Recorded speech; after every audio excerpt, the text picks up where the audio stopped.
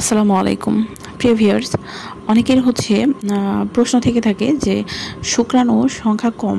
তো এই শুক্রাণুর সংখ্যা যদি কম থাকে তাহলে কি সেটা ওষুধের ধারা ঠিক হবে কিনা।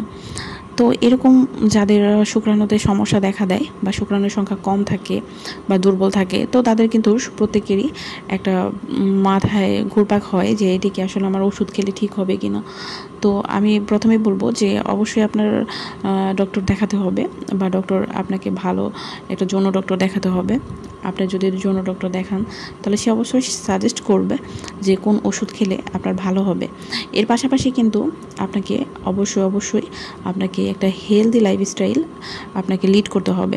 যেমন ধরেন যে আপনি অনেক ফাস্টফুড খেয়ে ফেলছেন বা আপনি প্রথম দিক থেকে অনেক ফাস্টফুড অনেক পছন্দ করেন বা বাহিরের খাবার খান, তৈলাক্তযুক্ত খাবার খান, এগুলো কিন্তু আপনার যে হরমোন সেগুলো নষ্ট করে, আপনার শুক্রাণু নষ্ট করে। তারপর আপনার সেক্স হরমোনটাকে কমিয়ে দেয়। তারপর আপনার যেমন অ্যালকোহল, এগুলো যদি আপনি প্রতিনিয়ত গ্রহণ করেন, আপনি ধূমপান করেন, তাহলে আপনার আস্তে আস্তে আপনার যে যৌন ক্ষমতা সেটা আপনার কমে যাবে বা আপনার শুক্রাণু নষ্ট হয়ে যাবে। এটা কিন্তু স্বাভাবিক, এটা আমরা জেনে আসছি। অনেকেই আছে এগুলো কিন্তু একদমই গুরুত্ব দেয় না। যখন তাদের একদম লাস্ট পর্যায়ে যায় দেখে যে না আমার শুক্রাণুতে সমস্যা হচ্ছে, আমাদের যৌন সমস্যা হচ্ছে, বাচ্চা হচ্ছে না, তখন এসে কী করে এগুলো সম্পর্কে আপনার তখন গবেষণা করে যে কী খেলে ভালো হবে।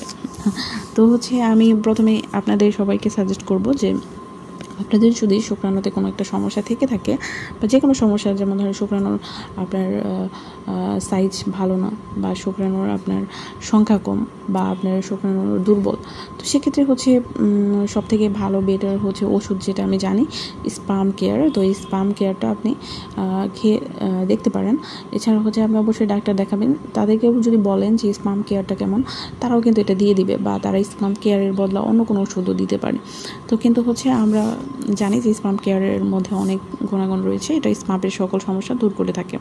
তো আপনি আপনার সমস্যা অনুযায়ী আপনি ডাক্তার দেখান, সে অবশ্যই একটা সাজেস্ট করবে। সে আপনার শুক্রাণু সংখ্যা কম এর মানে এই নয় যে সেটা আপনার বাড়বে না বা আপনার শুক্রাণু কিন্তু বাড়বে। আপনার হেলদি খাবার খেলেই কিন্তু অনেকাংশে বেড়ে যায়।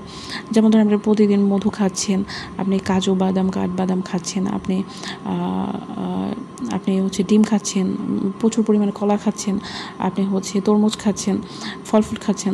এটা যদি নিয়মিত করেন, ঠিক আছে, এটা নিয়মিত যদি খেয়ে যান আপনি 15 দিন 1 মাস, তাহলে কিন্তু এমনিতেই আপনার শুক্রাণুটা ভালো হয়ে যাবে। তার পাশাপাশি যদি আপনি একটা স্পাম কেয়ার ওষুধ একটা খেয়ে প্রতিদিন একটা করে খান বা আপনার ডক্টর যেভাবে সাজেস্ট করবে ওইভাবে আপনি সেবন করেন, তাহলে কিন্তু আপনার ইনশাল্লাহ আপনার 1-2 মাসের মধ্যে ভালো হয়ে যাবে। এটার কোনো চিন্তার কারণ নেই, এটা নিয়ে কোনো টেনশন করবেন না। কিন্তু অবশ্যই আপনাকে যেমন ধরেন আপনি ঠিক করার পরে আবার আপনি সেই ব্যাড ফুডগুলো গ্রহণ করলেন, তাহলে কিন্তু আবার আপনার সমস্যা দেখা দেবে। আপনার অবশ্যই এগুলো মেনটেন করে চলতে হবে। আপনি প্রতিদিন সকালে না পারেন আপনি কাজু বাদাম, কাঠবাদাম, কিশমিশ এগুলো খান, 1-2টা করে খান, প্রতিদিন 1-2টা করে খান, প্রতিদিন একটা কলা খান, একটা ডিম খান, প্রতিদিন একটা কলা না খেতে পারলেন একটা ডিম খান, মানে একটা না একটা ভালো খাবার খান। দেন বাহিরের খাবারগুলো একটু বর্জন করার চেষ্টা করেন, হালকা পাতলা খান, যেটা আমরা পারি সেটা করি। এভাবেই কিন্তু চললে লাইফ আপনার যে কোনো সমস্যা হবে না, শুক্রাণুর কোনো সমস্যা হবে না ইনশাল্লাহ।